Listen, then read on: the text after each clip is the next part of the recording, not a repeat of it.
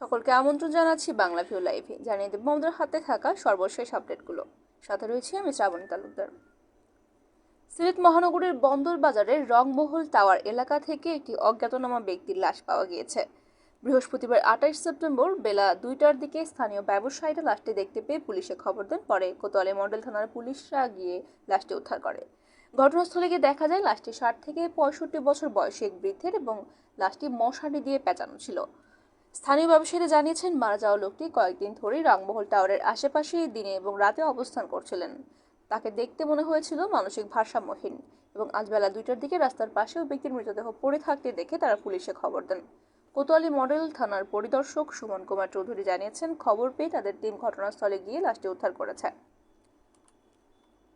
সিলেটের যোগীগঞ্জের জমি সংক্রান্ত বিরোধের জের ধরে আবুল হোসেন লিচু নামে একজনকে পিটিয়ে হত্যার ঘটনায় দায়েরকৃত মামলার মূল 5 আসামিকে গ্রেফতার করা হয়েছে এবং মূল 3 আসামিকে নোয়াখালীর নিঝুম দ্বীপ থেকে গ্রেফতার করা হয়েছে। বুধবার 27 সেপ্টেম্বর সকালে দুর্গম এলাকা থেকে তাদেরকে গ্রেফতার করেছে যোগীগঞ্জ থানা পুলিশ। বৃহস্পতিবার 28 সেপ্টেম্বর দুপুর 12টায় জেলা পুলিশের কার্যালয়ে প্রেস ব্রিফিং করেছেন অতিরিক্ত পুলিশ সুপার শেখ সালেম এবং তিনি জানিয়েছেন, গত 22 সেপ্টেম্বর যোগীগঞ্জের কাজলসার ইউনিয়নের মঙ্গলসা গ্রামের মৃত সৈয়ব আলীর ছেলে আবুল হোসেন লিচু তার ভাগ্নে জাকারিয়া সহ কয়েকজনের গণপিটুনিতে নিহত হয়েছেন। এই ঘটনায় নিহতের স্ত্রী শারমিন আক্তার সুমি বাদী হয়ে যোগীগঞ্জ থানায় নারী পুরুষ সহ মোট 11 জনের নাম উল্লেখ করে মামলা দায়ের করেছেন। পরে পুলিশ অভিযান চালিয়ে মামলার প্রধান আসামি জাকারিয়ার মা এছাড়ভুক্ত চায়না বেগমকে গ্রেফতার করে কারাগারে প্রেরণ করে এবং অন্যান্য 3 আসামিকেও গ্রেফতার করা হয়েছে নিঝুম দ্বীপ থেকে। আসামিদের মধ্যে চায়না বেগম ছাড়া বাকিরা পলাতক ছিলেন। এর মধ্যে মূল অভিযুক্ত 3 জনকে নোয়াখালীর নিঝুম দ্বীপ থেকে গ্রেফতার করেছে পুলিশ। বাকি আসামিরা এখনো পলাতক। 11 জনের মধ্যে 4 জনকে এখনো পর্যন্ত গ্রেফতার করতে পেরেছে পুলিশ। আবুল হোসেন লিচু হত্যাকাণ্ডের আগের দিন 21 সেপ্টেম্বর তাকে মারধর ও হত্যার হুমকি দেওয়ায় যোগীগঞ্জ থানায় একটি লিখিত অভিযোগ করেছিলেন তিনি। পরদিনই তাকে নির্মমভাবে খুন করা হয় এবং একটি সালিশের মধ্যে বসে তাকে গণপিটুনি দিয়ে নিহত করেছেন ওই গ্রেফতারকৃত ব্যক্তিরা। সুনামগঞ্জের তাহিরপুরে সীমান্ত অঞ্চলে পর্যটন স্পট বারেক টিলা এক কিশোরীকে সংঘবদ্ধ ধর্ষণের ঘটনার আলোচিত মামলার 5 আসামিকে গ্রেফতার করেছে পুলিশ। একজনকে গতকাল গ্রেফতার করা হয়েছিল এবং বাকি 4 জনকে গ্রেফতার করা হয়েছে আজ। বৃহস্পতিবার 28 সেপ্টেম্বর মধ্যরাতে অভিযান চালিয়ে ভিন্ন স্থান থেকে 5 জনকে গ্রেফতার করে পুলিশ।